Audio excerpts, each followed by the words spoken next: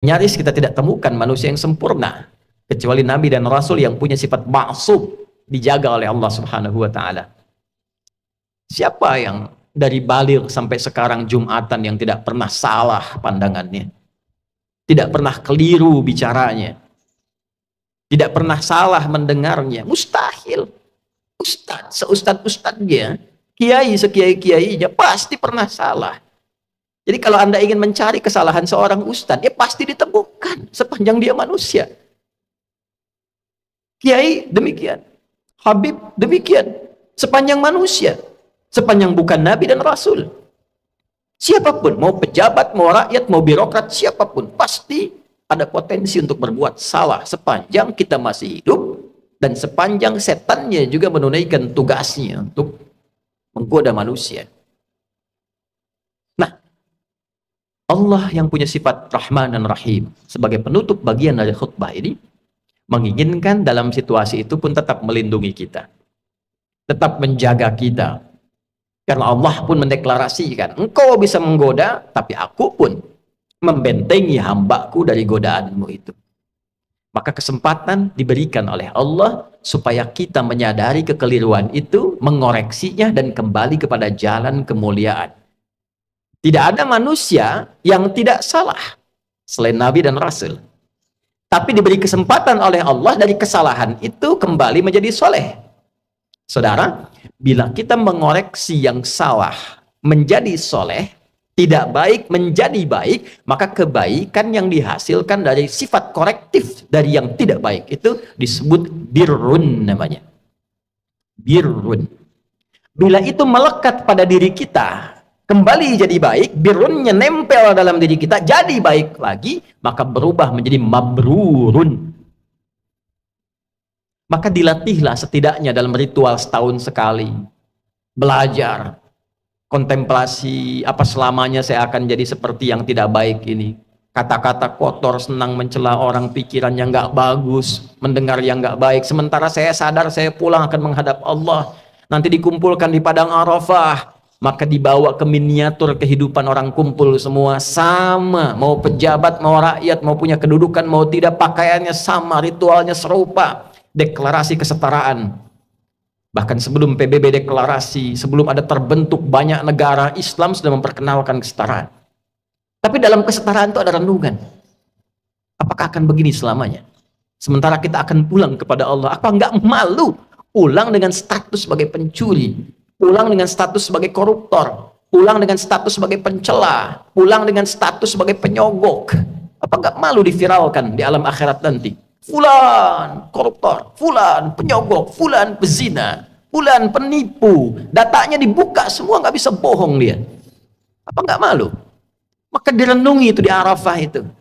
Taubat dia, kenali dirinya, tahu kemana ia berkehidupan, kemana ia berakhir, kemana ia pulang. Setelah itu dia bertekad, dia zikir dari Arafah pergi ke Muzdalifah. Fa idza afadtum min Arafatin fadhkurullaha 'indal masy'aril haram. Dia bawa zikirnya, dia bertekad, dia akan lempari itu sifat-sifat buruknya yang ada dalam tubuhnya dulu, karena tiga yang mempengaruhi dia menjadi tidak baik. Dirinya yang tidak bisa mengontrol nafsunya, faktor lingkungan sekitar yang dekat, lalu yang ketiga lingkungan jauh, terdekatnya disebut aqabah dalam diri, lingkungan sekitaran disebut wusta, yang jauh disebut dengan ula. Maka yang pertama dia lakukan, lempari dulu sifat yang tak baik dalam dirinya. Maka catatan di Arafah, dia bawa ke Muzdalifah, dia bawa 7 kerikil di situ, dia datang ke Jamarat, dia lempari. Bismillah, Allahu Akbar, lontar sifat kurang baiknya. Oh, ini diri saya yang tak bisa mengontrol nafsu, sering celah orang. Bismillah, Allahu Akbar, lontar, dia nangis karena yang dilontar sifat buruknya. Ritualnya demikian. 2 lontar, 3 lontar, sampai ujung kepala, sampai kaki. Setelah dia melontar, dia menghadap ke arah kiblat, lalu dia berkomitmen. Inni wajjahtu wajhiya lilladzi fatara as-samawati wal arda hanifan musliman wa ma ana minal musyrikin. Inna salati wa nusuki wa mahyaya wa mamati lillahi rabbil alamin la syarika lah wa bidzalika umirtu wa ana minal muslimin wa ana awwalul muslimin. Ya Allah, detik inilah aku pasrahkan diriku sepenuhnya kepada Engkau, penguasa semesta. Ada orang-orang berkata Tuhan itu alam semesta, maka Allah lebih detil lewat Rasul yang disampaikan, akulah penguasa alam semesta itu. Ada sering orang berkata karena dia sulit menemukan Tuhan, dia katakan semesta begini, alam semesta memberikan hukum. Saudara, Allah langsung mengatakan, Alhamdulillahi Rabbil Alamin. Kalau engkau masih bingung, akulah Tuhan yang merawat dan mencipta semesta itu. Maka Nabi mengajarkan, aku pasrahkan ya Allah diriku kepada engkau penguasa semesta. Bila pun selama ini aku sholat, aku beribadah, aku hidup ya Allah. Dan kalaupun aku wafat sampai detik ini, aku menyadari aku banyak salahnya. Maka aku bertobat dan berjanji tidak akan menyimpang lagi. Kalau engkau beri aku kesempatan hidup setelah ini, aku berjanji akan menjadi muslim yang lebih baik lagi mulai detik ini. Lalu setelah itu dia merenung lagi, ada yang belum selesai, maka dia pergi ke Muna. Kita kenal dengan Mina. Dia renungkan apa nih? Karena pengaruh teman, catat oleh dia. Oh ini saya nggak bagus karena gaulnya nggak baik di sini. Karena pengaruh tempat baru, dia bertugas, bertemu lingkungan baru, maka dia balik lagi. Sehari, renungkan lagi, 2 hari. Dia merasa bagus, selesai. Tawaf ifadah, atau dahulukan oleh dia, selesai, tuntas hajinya. Dia merasa kurang sempurna, sampai hari ketiga, nafar akhir. Wadhkurullaha fi ayyamin ma'dudat faman ta'ajjala fi yawmaini fala ithma alaihi wa man ta'akhkhara fala ithma alaihi. Apa kesimpulannya? 5 nittaqa. Jika dia sudah menilai dirinya, takwanya sudah balik. Jadi intinya takwa lagi. Takwa lagi. Itulah sebabnya bekal haji pun dari bekal takwa pulang takwa. Di mana ditemukan statement bekalnya? Al-Baqarah 197. Al-hajju ashhurum ma'lumat faman farada fihinna al-hajj fala rafatha wala fusuqa wala jidala fil hajj wa ma taf'alu min khairin ya'lamuhu Allah wa tazawwadu fa inna khairaz zadi taqwa. Haji itu ditentukan waktunya, sudah viral diketahui persiapan sampai puncaknya. Jika Anda komitmen bersiap haji, maka siapkan dirimu. Jangan berkata kotor. Jangan engkau berdebat pada yang tidak penting, berselisih. Jangan berperilaku menyimpang. Itu yang kita koreksi di sana. Silahkan berbekal. Allah tahu banyak orang mau berbekal. Kopernya tuh silahkan besarin, bekalin materinya, baju, persiapan. Tapi yang terpenting bukan itu, kata Allah. Yang terpenting itu koreksi dirimu. Wa tazawwadu fa inna khairaz zadi taqwa. Bekal takwamu. Makanya sebelum berangkat kita manasik tuh. Malam tahajud tingkatkan, baca Quran tingkatkan, itu bagian takwa. Nanti di sana dioptimalkan. Begitu pulang 5 nittaqa. Setelah 2 hari, 3 hari selesai di Muna itu kita simpulkan ada perubahan enggak? Itulah sifat takwa. Ketika pulang berubah jadi baik. Yang tak baik dikoreksi jadi baik. Itulah birrun. Melekat pada pelakunya mabrurun. Ini yang dimaksud kalimat Nabi al-hajjul mabrur. Haji yang merubah pelakunya menjadi lebih baik dari sebelumnya. Bagi kita yang belum atau tidak berhaji di tahun ini, maka diberikan jalan berbeda. Tapi ini bukan haji. Tetap haji lebih utama karena ada ritual-ritualnya. Tapi ada substansi yang serupa, mabrur, membentuk karakter mabrur walaupun belum ada kesempatan haji. Lewat apa itu? Awal Dzulhijjah, kita puasa, bekali takwa. Di sana wukuf di hari ke-9 waktu Saudi. Makanya disebutkan yaum siyam yaumi arafat. Puasa yang dilangsungkan di harinya saat orang-orang itu wukuf di Arafah, hari di Arafahnya tanggal 9.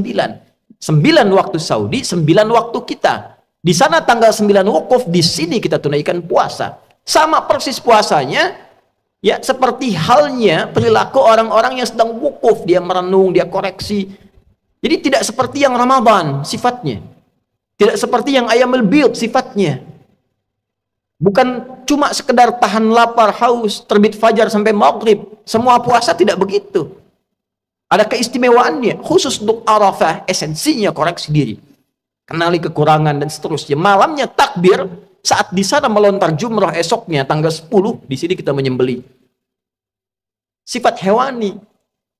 Hewan itu diciptakan dengan nafsu. Jadi gambaran nafsu itu ada di hewan. Hewan tak punya takwa. Karena di sana melontar sifat hewani nafsunya, di sini menyembelih dan kalimatnya setelah itu sama, menghadap ke arah kiblat, mengatakan kalimat yang sama, inni wajjahtu dan seterusnya.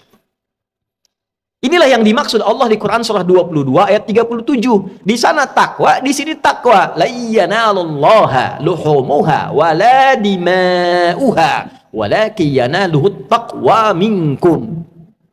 Yang diterima, yang sampai pada Allah itu bukan berapa besar sapinya, bukan berapa besar kerbaunya, bukan berapa banyak darahnya.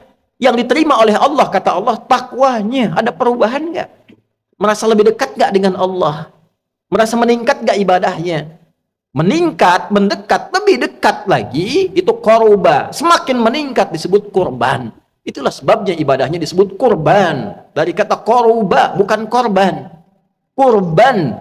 Kenapa disebut kurban? Yang dimaksudkan ketika kita berbagi dan komitmen menjadi baik, dilihat standarnya setelah itu menjadi lebih dekat hubungannya dengan Allah. Meningkat takwanya. Itulah mabrur. Sekarang kita lihat. Sehari setelah hari tasyrik, Jumat ini, Jumat deklarasi perubahan diri kita. Bukankah kita di Jumat ini dipanggil untuk meningkatkan zikir? Coba dicek, jadi lebih dekat gak dengan Allah? Merasa meningkat gak takwanya? Beruntung kita, alhamdulillah, tinggal di Indonesia, karena semua bagian dasar kehidupan berbangsa, bernegara dipaku dengan sifat takwa. Di pendidikan, Undang-Undang Sisdiknas nomor 20 tahun 2003, dari mulai pasal menimbang A sampai E, 5 itu poinnya. Poin kedua, B itu sudah takwa. Undang-Undang Dasar tahun 1945 mengamanatkan pada pemerintah, mengusahakan menyelenggarakan satu sistem pendidikan yang meningkatkan keimanan dan ketakwaan pada Tuhan Yang Maha Esa, serta akhlak mulia. Baru mencerdaskan kehidupan bangsa. Masuk tentara Sabta Marga, ada 7. Nomor 3-nya itu adalah takwa. Kami tentara Indonesia yang bertakwa pada Tuhan Yang Maha Esa, membela kebenaran, kejujuran, dan keadilan. Masuk hakim, ada pancadharma. Nomor 1-nya itu takwa. Dari takwa sampai tirta, 1-nya takwa. Kami hakim Indonesia yang bertakwa pada Tuhan Yang Maha Esa. Masuk polisi, Tribrata, nomor 1-nya takwa. Kami polisi, Negara Kesatuan Republik Indonesia yang bertakwa pada Tuhan Yang Maha Esa. Jadi itu ukuran pendiri bangsa ini menginginkan kita jadi orang baik sebelum pintar. Sebab pintar tidak baik, celaka.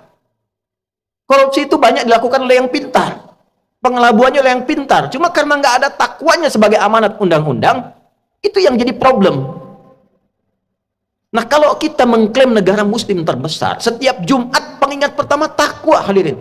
Bertakwalah kepada Allah dengan sebenar-benarnya takwa. Tuh pulang Jumatan, betul nggak takwanya ada tuh? Ada nggak yang hilang sendal tuh? Baru keluar masjid. Itu kalau kita tunjukkan menjadi muslim yang benar, berubah jadi lebih baik, korban dekat dengan Allah, itulah esensi manusia mabrur yang